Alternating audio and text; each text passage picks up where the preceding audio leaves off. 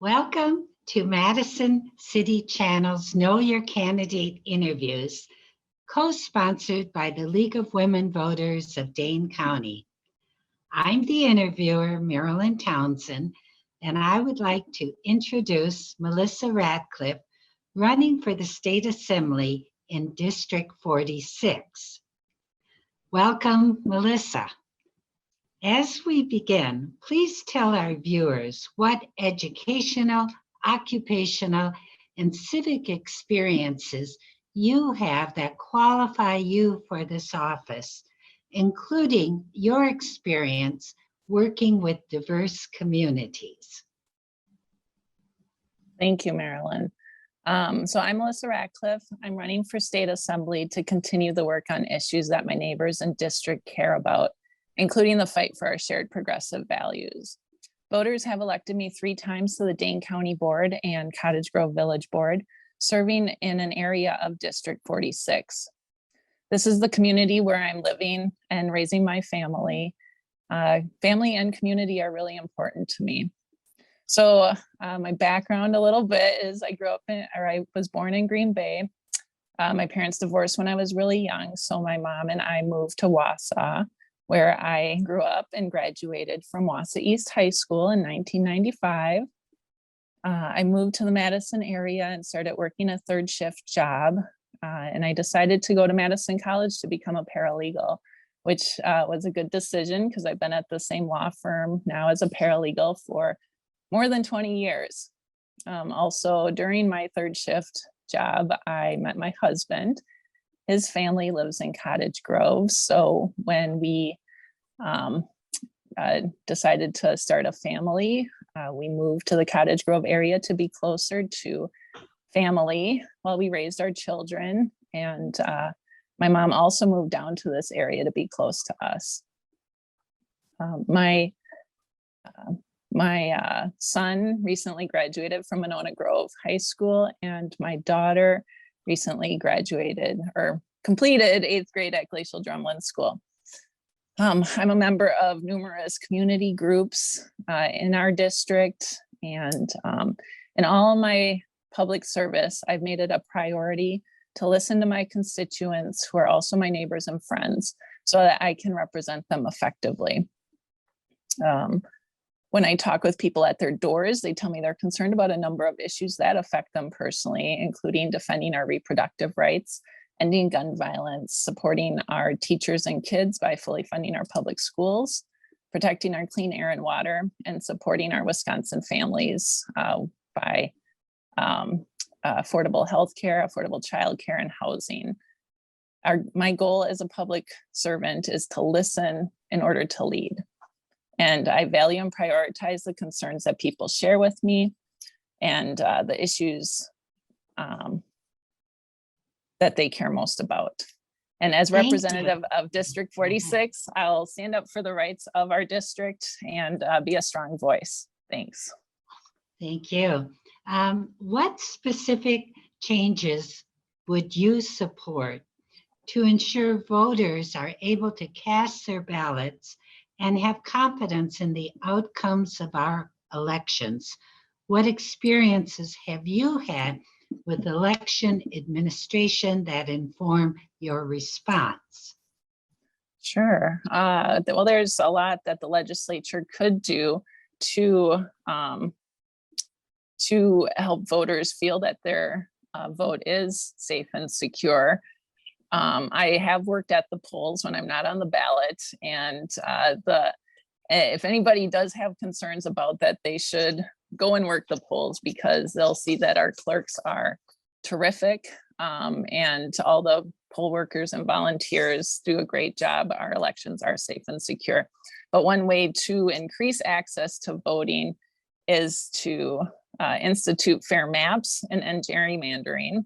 We could remove the photo ID requirement and ensure that our ballot drop boxes are available so that ballots can be dropped off by a spouse or friend instead of the specific person that's voting, the specific voter. If If one last thing, if photo ID laws do remain in place, we should make it easier to get access to IDs with increased hours to the DOT and easier transportation to DOT buildings. And we do need to shut down this sham investigation by Mike Gableman, which is undermining our democracy and trust in our elections and wasting taxpayer dollars. Do you think Wisconsinites have adequate access to affordable health care services, including reproductive health and abortion care? What should be the legislature's role? Thank you. No, we need to increase access to affordable health insurance, so affordable health care. Last year, my son was diagnosed with type 1 diabetes, and which means he'll need insulin for the rest of his life. And so I understand firsthand the issues that families face with healthcare and prescription drug prices. And the healthcare is a right, and everyone deserves access to healthcare. It impacts our communities, our people, the way of living. And then to your point about with abortion, I applaud Governor Evers and Josh Collin filing this lawsuit in order to define what Wisconsin law is. I can't believe that our rights have been taken away from women. It's appalling, and the number one thing that I hear at doors is the women's concern about that, and men too. I mean, we're all concerned that our rights have been taken away. So in the legislature, I will support the bill introduced by Senator Royce and Representative Subak regarding access to abortion care. What do you think is required to improve outcomes for students in public schools, including those with disabilities? As a legislator, what would you do to advance these measures? Well, my children have benefited from our great public schools in the Monona Grove School District, and I'm so thankful for Governor Evers for prioritizing education funding in his budgets. And he's been able to veto the bad bills that have been put forward by the Republican majority, including the efforts to break up our Milwaukee public schools, divert public dollars to private schools, and ban teaching about racism. But there's more that we need to do, especially we need to increase funding for special education. Despite the efforts of our education leaders, the reimbursement to our local schools for special education is only about 30%, which leaves about $1 billion for districts to make up with local dollars. That pits students it pits students and programs against each other. And because of the number of special education students varies by district, it creates inequities across our state. We need to continue to prioritize mental health funding and services for our students as well. What specific strategies do you support for ensuring clean water for all Wisconsinites? Clean water is important to our life, right? And it's important to Wisconsin and our tourism as well. I support the Clear Act legislation that was introduced by Melissa Agard. And in the county, we have been working on PFAS remediation, and we need to hold the businesses accountable that have been polluting our water as well, and work with them in order to remediate it. What legislation would you support to see that guns no longer get into the hands of those who would do harm with them? I'm thankful that our federal government was able to put forward some legislation on this, but we need to do a lot more. I support red flag laws, a ban on assault rifles, background checks, among other effective common sense actions that we can and must take. I think, I'm just looking here, I have a statistic that there's the toll that gun violence takes on our families and children is enormous and long lasting. There's, let's see, there's more than 3 million children directly exposed to gun violence each year, and women in the US are 21 more times likely to be the victim of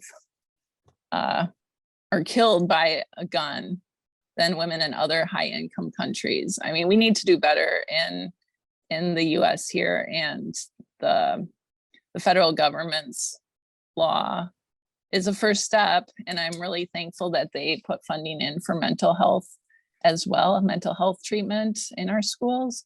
But we need to do so much more to protect our kids and just people living their lives. What opportunities do you see to work across the aisle on issues important to your constituents? Well, residents of District 46 will be sending me to the state assembly to get things done, right? But not to compromise on our shared values. So there are things that we can do that are important throughout our state. One of those is access to broadband. We could work to increase funding for broadband expansion throughout our states. Many people that I talk to at doors understand the importance, even if they have access, they understand the importance of our whole nation, state, communities, county having access to it, and how important it is for living, for recreation, for healthcare, schooling, and jobs. What would, first of all, thank you, Melissa Ratcliff, for appearing here today. What would you like to say to the viewing audience as we complete this interview, including any priorities that you have not yet identified? Sure, thank you. Well, I want to thank the League of Women Voters of Dane County for this opportunity. I'm running for state assembly to continue to serve my neighbors and community. My background and experience make me the best candidate for District 46. And it's a critical time. Right now, we need to elect leaders with the courage, the work ethic, and the commitment to stand up, take on hard issues, and make positive change happen. We face tough challenges here in Wisconsin, and I'll be a strong voice in the state assembly for our district and for our values. Serving on both the Dane County Board and Cottage Grove Village Board has given me a unique experience, a unique perspective. I understand what my neighbors and communities care most about. I know how government can work better, and I have a proven track record of bringing people together in order to solve tough problems. I'm asking the voters of District 46 to send me to the state assembly, to be their voice and to represent their interests, and to fight for our shared values. Thanks. I want to thank Melissa Ratcliff for speaking with us and the visiting audience for taking the time to know your candidates. I want to remind everyone that Election Day for those candidates involved in a primary is Tuesday, August 9th, and that the fall election is on Tuesday, November 8th. On behalf of Madison's City Channel and the League of Women Voters of Dane County, thank you for joining us.